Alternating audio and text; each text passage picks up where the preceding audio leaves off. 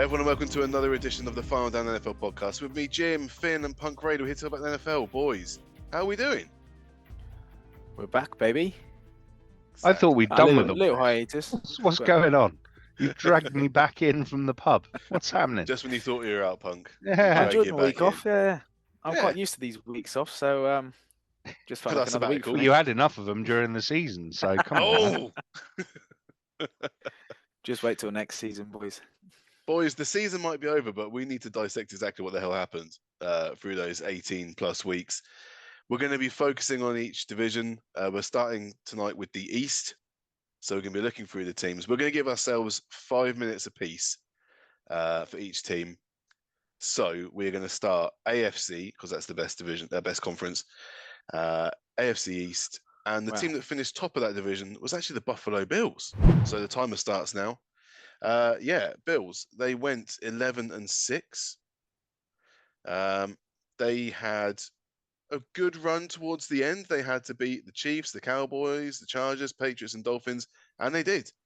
All of those came after firing their offensive coordinator Ken Dorsey in Week 12, and then of course they get through to the playoffs, and wouldn't you know it, they end up losing at home in the divisional to the Chiefs again. Yeah, You saw that coming. Well, yeah, exactly. They managed to beat the Steelers just in the wild card, but they came unstuck in the divisional. Best game I had for them was beating the Cowboys 31-10 in Week 15.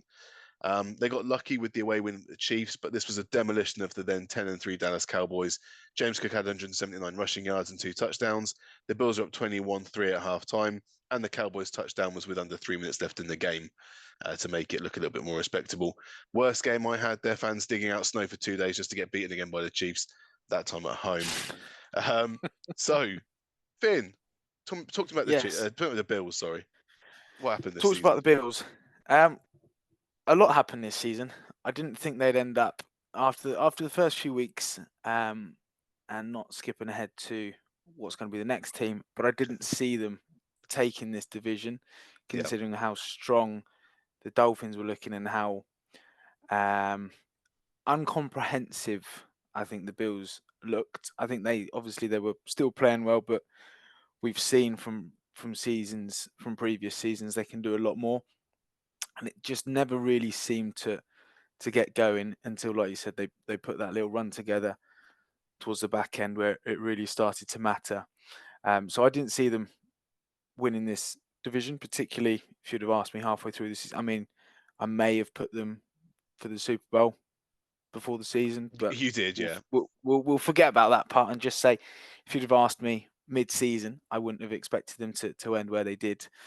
For me, best game, I had them the early divisional game against the Dolphins. Was a big win, paddling as we like to refer to them as. I think it just set the tone for what they wanted to achieve. They came off a big win in Week 3 as well, so just trying to carry on that momentum, which they did. So that's what I had as the best game. Worst game I had against the Broncos, purely on the basis. It's a 2-point game. And but it's on the basis that they needed to put a run together, and looking at the remaining schedule, they had winnable games, and they turned it around in one game, and then they let this happen, and then it just sort of put a dent in, and just the momentum slower. That's what I've put. Fair dues. Come on, Punk, talk to us about the Bills. How do you feel their season went? Well, the Bills backed themselves into a corner because they had to get into playoff mode early to get out into the playoffs. So I think their worst game was the first 6, because they were pretty shocking in most of them, to be fair. Yeah. And then they really, like you said, Finn, they really backed themselves into a corner with the Dolphins pushing on. And very much like you, I wasn't entirely certain they'd be able to win the division. Best game, I think the Cowboys. I think the fairly comfortable shellacking of the Cowboys was easily their most well-balanced and rounded game. I can't think of any other where it wasn't either the defense digging out the offense or the offense digging out the defense, and so on and so forth. I kind of feel sorry for the Bills in the playoffs because they just don't know how to beat the Chiefs. They don't know how to stop Mahomes. They definitely need to look at beefing up that defense next year. And they'll probably want to look at adding a few bits on offense as well, because certainly in those early games, they couldn't really get anything going unless they were playing teams like the Raiders, who at the time still had Happy Face in charge. So yeah, they definitely do need to sort out the defense, because there are 4 starters out of contract this off season. They've got 10 picks in the draft. What do you think they should be targeting first, though, Finn? Defense or maybe wide receiver? I would like to see them bolster the receiving core. I think they put a lot of eggs in Stephon Diggs' basket, but he seemed to go in the big games, would go quiet. It's a shaky basket. Yeah. They're going to need more options. So I would, if I was them, I'd target the receiving core. That's 5 minutes. Jesus, that was quick. Good, isn't it? That flies by, doesn't it? Excellent. That's why it's always better when you don't have Dave on these, because he takes up 4.5 minutes before you even get going. You got to get all your spiel in 10 seconds. Yeah, man. Yeah. We're moving on to team 2, and that is the Miami Dolphins. And they also finished 11-6, but it wasn't so good for them, obviously. They had a good start to the season, beat up some weak teams. They couldn't beat a good team, unfortunately. They beat the best game, though, has to be the Broncos 70-20 in week 3. Without a doubt. In fact, that might be the best game of option. any team in the season. Yeah. I mean, they shut out the Jets 30-0, but that Denver game was special. And then worst game, the Dolphins had plenty of humbling losses to good teams. The Bills whacked them 48-20 the week after the Broncos game. There's a 56-19 loss to the Ravens. That felt like a reality check for what was going to happen to them in the divisional round. Yeah, I think the Ravens game was 56. You give up 56 points, guys. It's just... I had that one as their worst game as well. I think getting absolutely humiliated by the Ravens. They were still in with a chance of, they still had the division to go for. There was still the conference to go for. Yeah. And they knew that the Bills were on a bit of a hot streak. Like we said a minute ago, Bills went into playoff mode really early compared to obviously the playoffs. And so they needed to do something to try and keep themselves in the running. And then they just got absolutely blown away by the Ravens. So yeah, I had that as the worst game as well. Cool. In terms of the season, though, I think they had a good season. Obviously, offense that's just, they've got so much firepower and just the speed that they operate at. Also, on the flip side, they've got a great defense as well. Just an all-rounded, well side. But like you said, Jim, they just don't know what it is. But on the road and big games, they just don't turn up. And that seems to be their downfall at the moment. And until they can sort that out, they're never going to progress any further than they currently get. I mean, it really felt like most of this season we were talking about the Dolphins in kind of hushed tones of, we really want them to be good, but we're not actually sure they're as good as they should be. So, they very much, when they were on, they were really, really on. I mean, the Denver game obviously bears that out, and there were various other games where they, put up 30, 40 points quite happily. Oh, yeah. But when they were off, they were really off. I mean, you look at how they whimpered out in the playoffs. I mean, I know it's cold, lads, but come on, you're getting paid for this, I mean, they just didn't show up against KC at all. And, KC is a very good defense, but we've been lauding that offense all season long. They should have been able to come up with something to it, it wasn't at least one or two offense, wasn't it? I think it was number 2 behind the Cowboys. So. And I think that, honestly, I think there's still question marks over Tua as well. Well, yeah. He's clearly not in that position that you would expect what are we on now? Year 5? Year 4? They got to make a decision on his 5th-year option. Oh. Yeah. So, it's going to be interesting to see where they go from here. I think if they, there's not much wrong with that offense. The defense isn't too bad, but there are some aging pieces in there. I think the one thing I would really, really like to do, though, is beef up that O-line. and Okay. actually see whether Mhm. or not Tua can do it when he's got time to think about it. Because to me, Tua is one of those instinctive quarterbacks where if you don't give him time to think, he's absolutely fantastic. But as soon as you let the grey matter between his ears take over, he tends to run into a bit of a hole. They've only got 6 picks in this draft, first and second round pick, then nothing till the 5th. And they're also, as well as Buffalo, they are over the cap at the moment by quite a lot. So they're going to have to cut some cloth. They have brought in Anthony Weaver as their new defensive coordinator, as Vic Fangio's gone off elsewhere. He was obviously on the Ravens D-line last year, so he was heavily courted. They've got a lot of big players out of contract. Emmanuel Ogbah's the biggest one, 16.35 million defensive end. Jerome Baker at outside linebacker, 12.5. Cedric Wilson at wide receiver. Connor Williams, their center. Christian Wilkins, their first round defensive tackle. He's up for renewal. So there's a lot Cut of Xavier Howard as well, haven't they they? have cut Xavier Howard. They Mm. need a new cornerback, I think, would really help them. But I think the whole defense Yeah. needs kind of revamping. Yeah. Now's the time to do it. I would not object if they went and picked a couple of really good defensive players up, either free agency or the draft. Perfect timing. Boom. Look at We've that done punk. this before. Anyway, anyone think we haven't done this for 6 years?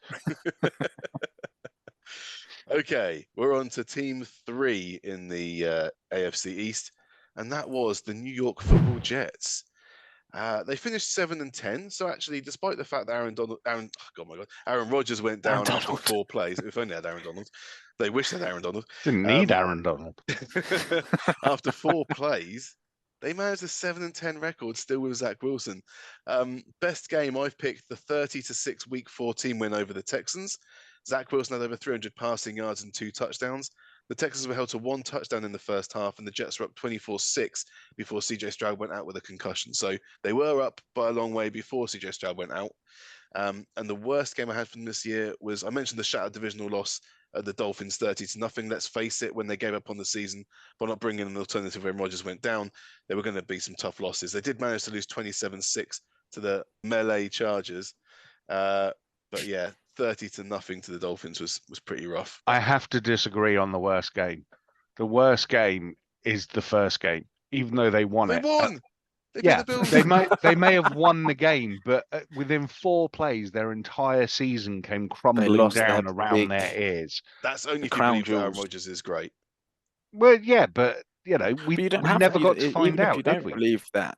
You know, they spent the whole of the off season making this plan, building Building it everything around him. Rodgers, Yeah, and then We've after got 4 plan A. plays, the whole Nothing. plan went to pot, Yeah. and then they had to. All right, okay, what do we do now? So Well, there was no even if plan you don't B. think he's to give them their flowers a little bit, that defense was fantastic. Mhm. The defense really was the only reason they were even in half of the games that they were playing, and certainly without them, you know, you'd be looking at probably an all-time terrible team. I think they have one more chance. I can't see Salah and that's being kept around if they the bed again next year Mhm. with Rodgers. If they kind of back into the playoffs and go out in the wild cards, then I can see him gone. I think they need a strong showing next year. They have to get themselves a proper backup as well. They can't, you know, Jacoby Brissett's out there, go and get him. Stop messing about. Just go and get a decent It's like a backup. timeshare You know, in the Gardner Algarve. Minshew's out. Well, you know, but you have to. Rodgers is at the age where there's nothing to say this won't happen again. But No. this time you need to be going to take less prepared for to it. be. Learn indeed. from your mistakes and improve. You know, it's not Make that contingency complicated. plans. Yeah, Don't put exactly. everything on Rodgers. That's where it Offensively, feels so weird. they've got pieces. It's not like they're sitting there with no receivers and no running back and a really, you know, destroyed offensive line. Yeah, they've got players there that can make a difference. Look at what the Colts did. As soon as Anthony Richardson went down, in came Gardner Minshew and, you know, almost took them to the playoffs, but actually kept them in games and gave them a winning record. So that's what they needed, not all this nonsense around flipping, is he starting? Is he not starting? Is he going to play him? Is he not going to play him? Come on, man. That's the thing. There's That's still, just even though he was bad injured, management. it was everything was. There wasn't a week where no one didn't mention Rodgers, and Yeah. he's not playing. He's not gonna play. He did his Achilles or whatever he did. It was clear he was not going to come back a few weeks later. Yet somehow everyone thought, oh, let's just keep talking about it and keep teasing people, and it creates uncertainty within the franchise as well. Because why, if you're the players that get the opportunity to now play, you're thinking, well, why is all the talk about Rodgers, who's sat at home doing his rehab, when we're the ones out on the field putting everything on the line? That was by his And design, though, Finn, because he was either at the game in the stands doing his best Taylor Swift impression, or he was on Pat McAfee every week saying, well, I'm going to come back in a couple of weeks, or, I'm healing a lot better because I'm using alternative medicines. It was him pushing that narrative. He runs that team. There are rumors that, he has complete control over the GM position. We've seen the fact that Robert Saleh's still there is because he likes him. The whole team just feels so toxic to me. They've got 7 picks in this draft. They've got some cap space with the increase in the cap. I think they need to sort out their O-line. Laken Tomlinson's just out for free agency now at guard. Dwayne Brown at left tackle.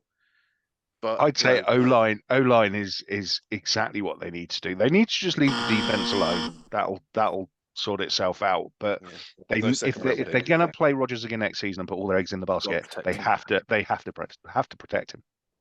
Mm-hmm. Okay, on to the last team, the bottom team in the AFC East, and who would have thunk we'd ever be saying that? It is the New England Patriots. They finished 4-13 in Bill Belichick's swan song.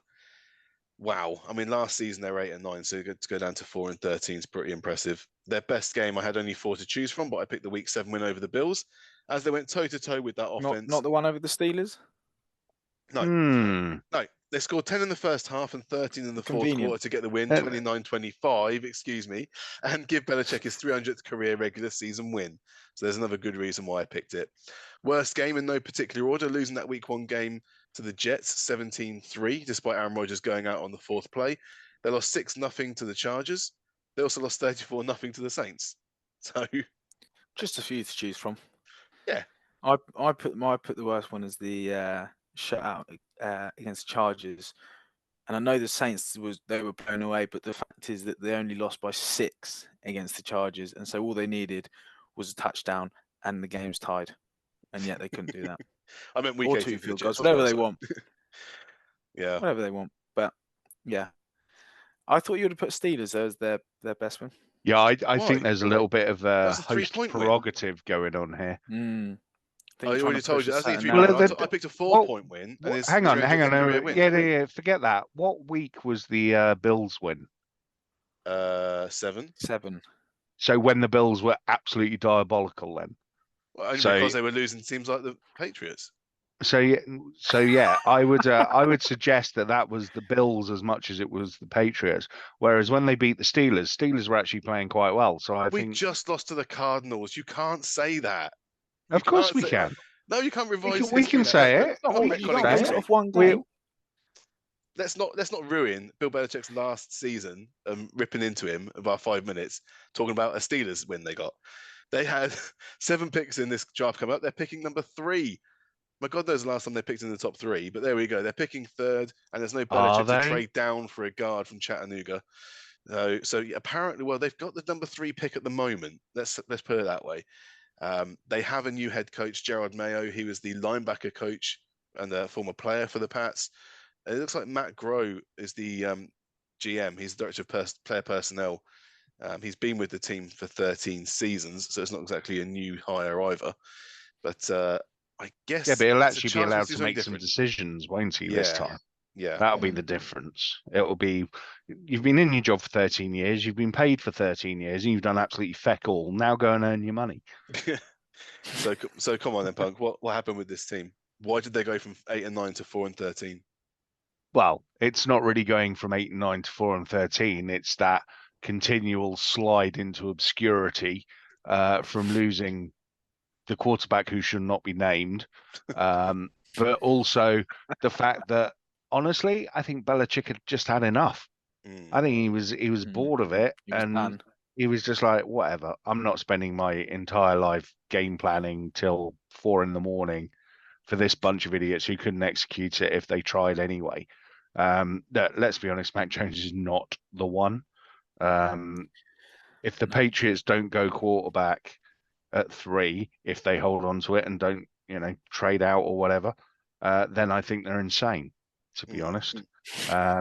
There were little flashes from bits and pieces, not necessarily offensively. I think defensively they weren't as bad as they were on offense. But honestly, it feels like a blow it all up and start again situation. So they should trade down. Maybe. Depends what I they can don't get know. for it. I don't know. They've got 75 million in free cap. They've got the second highest, I think, out of any team. So they can certainly do it. They're going to need to use every single penny. Yeah, and Christian Gonzalez looked really good in like the 4 games he played before his season-ending injury. If they can get Matt Judon back and healthy, he's very good as well. There are a couple of pieces that they lost early on in the season, and they didn't have much to begin with. But when they lost that was kind of game over for the most part. I agree with Punk. I think if they don't go hunting for a QB, then just stupidity, because they had so many missed opportunities throughout the season because they were just turning the ball over needlessly. Even if you don't want to draft one, go and get a Kirk Cousins or something money for 2 or 3 Yeah, years and get one, sit yeah. Mac Get Jones. Russell Wilson. They can easily get Kirk Yeah, Cousins, exactly. There's plenty out there. They can overpay because they've got the money to. Yeah, So of course they easily. can. They probably will overpay. we'll see. It's a brand new day. We just don't know anymore. Even though they've been in the system for a long time, we just don't know. But it's going to be hopefully exciting. We're going to move on then. That is the AFC East dealt with. We're going to move on now to the NFC East, affectionately known as the NFC Least for a long time. But it was pretty decent this year. We're going to start with a team that finished on top, and that was somehow the Dallas Cowboys. They finished 12-5, despite the fact they would. Although they're a good record, but I don't know. They were 7-3 in the last 10, so they really had to kind of go for it down the stretch. My best game for them, the Cowboys love to dish out massive wins over the weaker teams. The Giants lost by a combined 89-17 in their 2 games. I'll take the Week 14 win over the Eagles 33-13 because it was never close. People thought it was going to be. So, and the worst game I had for the Cowboys, they only lost to playoff teams, except the Week 3 shocker 28-16 in Arizona. That was bad, but obviously, we can't get away from the 48-32 final score in the wild card game against the Packers again. Shocking. No, you. If the Cowboys aren't winning the Super Bowl and are losing in the playoffs, then that's their worst game. Yeah. Every season, I think we've done this so far. That's been their worst game. Season. Because it happens every season, and they don't learn from it, and they never improve in the right areas. No. And I'm kind of almost sick of that. Just go back to last season's one of these pods. Listen to what I said then about the Cowboys, and just insert that. Imagine you said it now. It literally is the same thing. Well, last season they were 12-5. Yeah, it's exactly the same team doing exactly the same things. This team couldn't win away from home. They've still got him. Dave's prediction of Jerry firing him between the end of the season and the Super Bowl was, wishful thinking. Wishful thinking at the best, I think. But I don't even know what to say about the Cowboys anymore. They've got players. Amari Cooper's.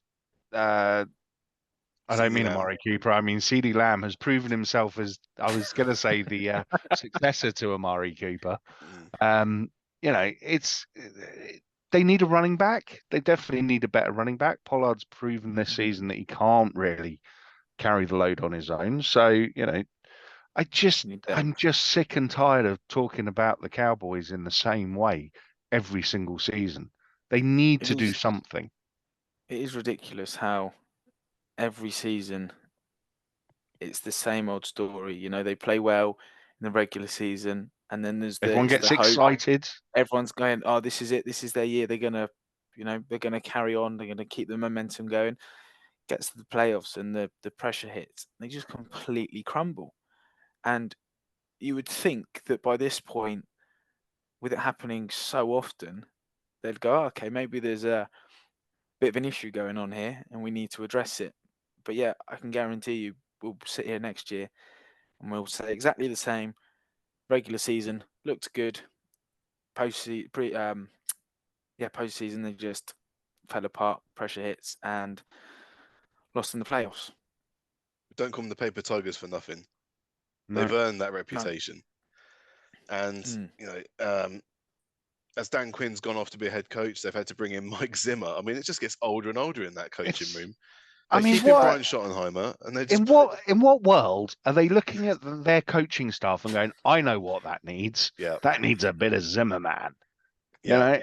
What? But it was that or Rex Ryan, apparently, with the two choices. You're not telling me that the only two choices that they could possibly have had was Zimmer and Ryan. There's no Belichick out there. Unfathomable. Yeah, they exactly. Could have taken Bill. They could have done a million things. They could have hired Bill me, know for how Christ's to run sake. the playoff. Yeah. It's just like, oh, come on, man. Why do you just keep doing the same things over and over and over and over again?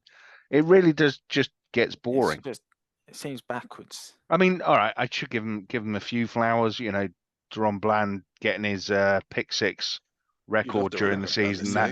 That needs to be mentioned. But honestly, and until they start doing something differently, the results are not going to change. Well, what we're doing with them then, because they've got 7 picks in this draft, but they've got no 4th round pick, I think it is. No 4th round pick. They've got 7 picks overall. Where are we starting from? 20? 24. 24. We also have to look at, I think maybe right tackle needs sorting out. Terrence Steele was bad this year. So I think at 24, you can kind of look at best player available. I think you're right. I think O-line, maybe even linebacker could do with a bit of sprucing up as well. Yeah. Defensive tackle. I think either of the lines, to be honest, first round.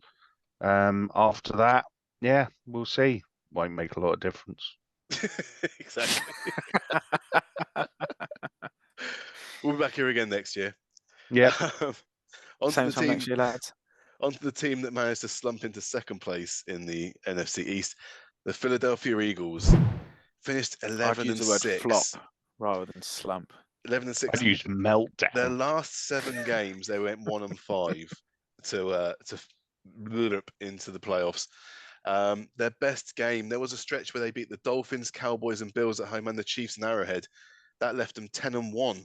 I think Sirianni liked the Chiefs win 21-7 as the revenge game the most, so I'll give them that one. Worst game, well, the smackdown by the 49ers in Week 13 started the collapse of their season. I should put the dead on arrival performance against the Bucs, but they lost 27-10 to the Giants in Week 18, and that's unacceptable in anyone's book. Very much so. Punk, what do you reckon? I reckon that was the biggest single team meltdown there has ever been. During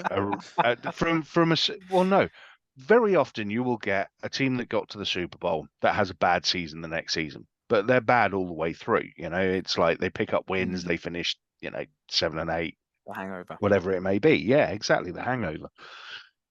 I don't ever recall a team that wasn't playing particularly well, but still had a really good units that kept picking up wins, and it feels like every week we're going, they won, but they're not looking great.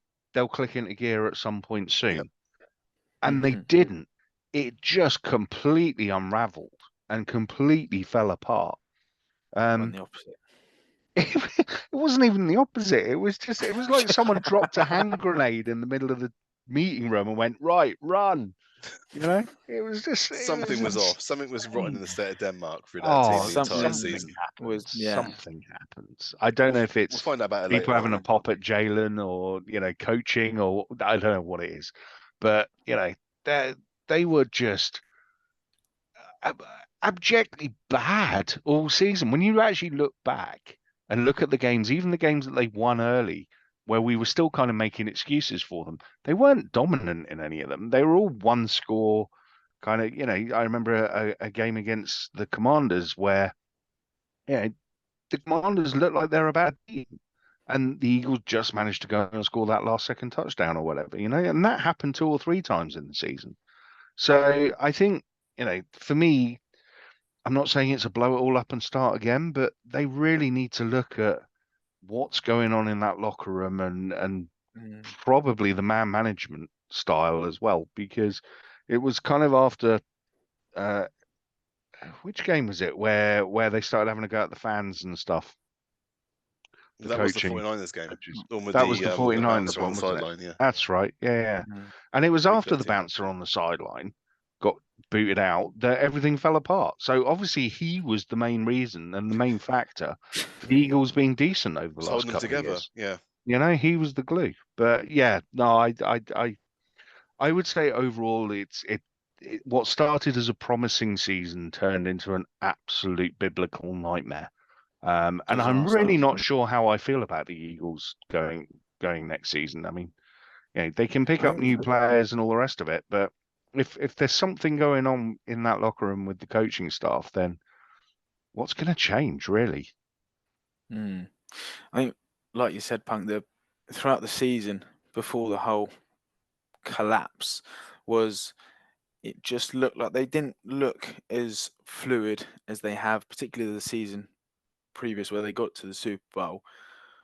But yet, without it being fluid, they were still able to grind out wins. And you look at it and you go, right, okay, it's not quite there yet, but they've got the experience and they've got the know-how and the skill for individual moments to go in their favor, which means they win the game.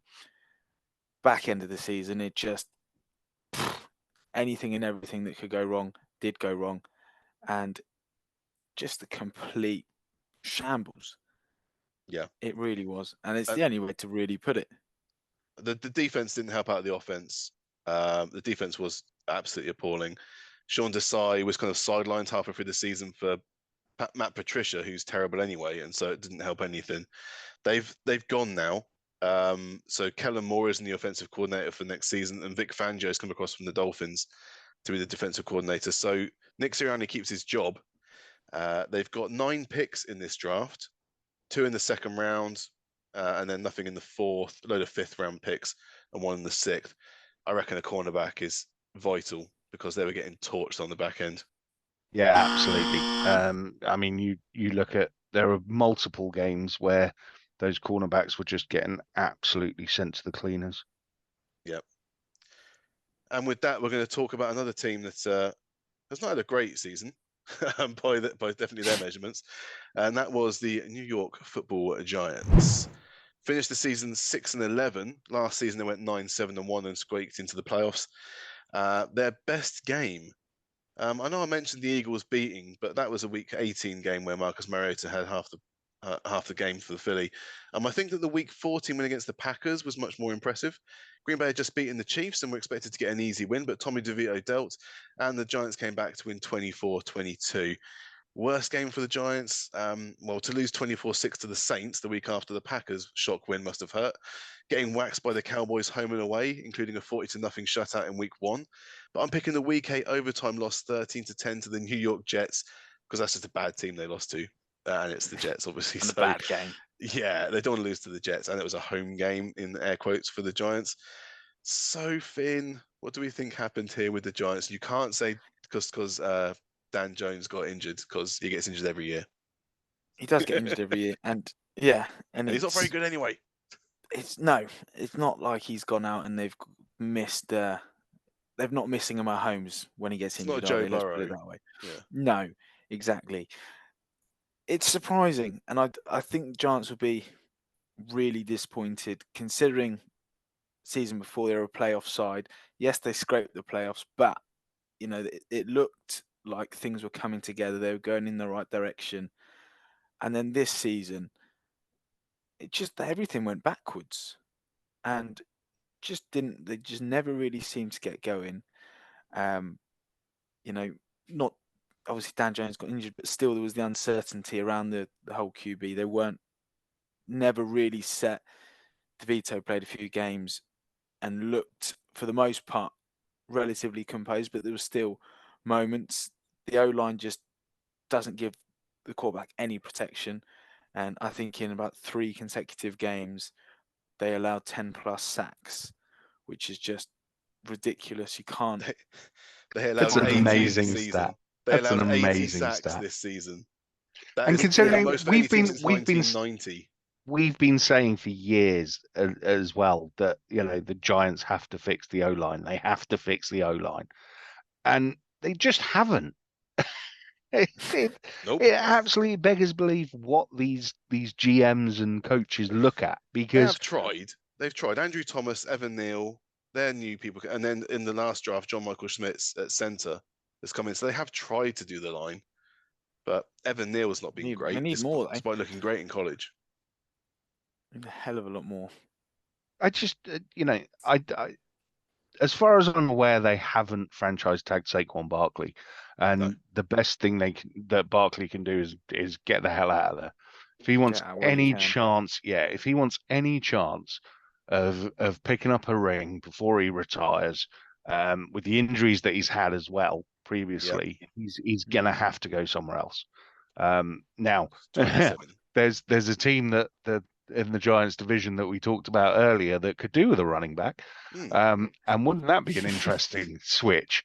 But I think look, the Giants you'd like to say there are signs that they're moving forward, but I really don't know that there are.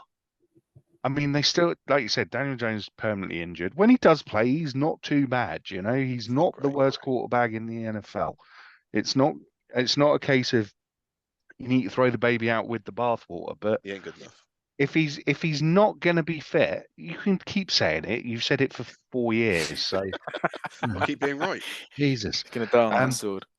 Yeah, absolutely. He'll die on that sword. It's not a sword though; it's a rolling pin.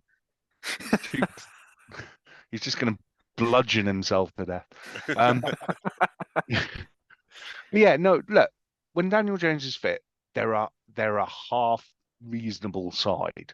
They just strike me like the Saints very much. They're one of those teams that they'll beat a few bad teams. They'll pick up the odd lucky win when someone has a bad day. But there's no real nucleus. There's no pieces really there at the Giants. It doesn't feel like there's a core that you can build around to create a new team. It's very much kind of just groups of individuals, and I don't really see how they're going to be able to build anything better for next season. Well, they're picking 6th overall. They need to sort out the O-line still. But yeah. Just another season for the Giants. The last team we're going to do tonight is the team that finished bottom of the NFC East. And that is the Washington Commanders. They went 4-13. So yeah, even worse than the Giants. Last season they were 8-1 and still finished bottom. It was a better division last year. Best game for the Commanders. Only 4 to choose from. I'm picking the week 2 win over the Broncos, 35-33. There were a couple of late Brian Robinson rushing touchdowns to give them the lead, and they held on to scupper a 2-point conversion for the Broncos at the end of the game. Sam Howell had 299 yards, 2 touchdowns, and 0 interceptions. So it's even more shocking. Worst game, they got swept in the division, and there were some brutal losses. They gave up 45 points in back-to-back weeks against the Cowboys and Dolphins.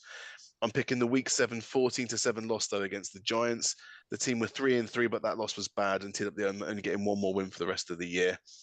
So that's my best and worst for the Commanders this year. I thought I'd utilise what and who I know and ask Commander Paul for his opinion. On the best and worst. Got an inside man. Okay. Inside man, insider scoop. He also agreed with week 2 for the best game in Denver, considering at one stage they were 21-3 down. Yep. For the worst game, I was going to say but it's really not me. Yep. He went with the week 11 home game against the Giants.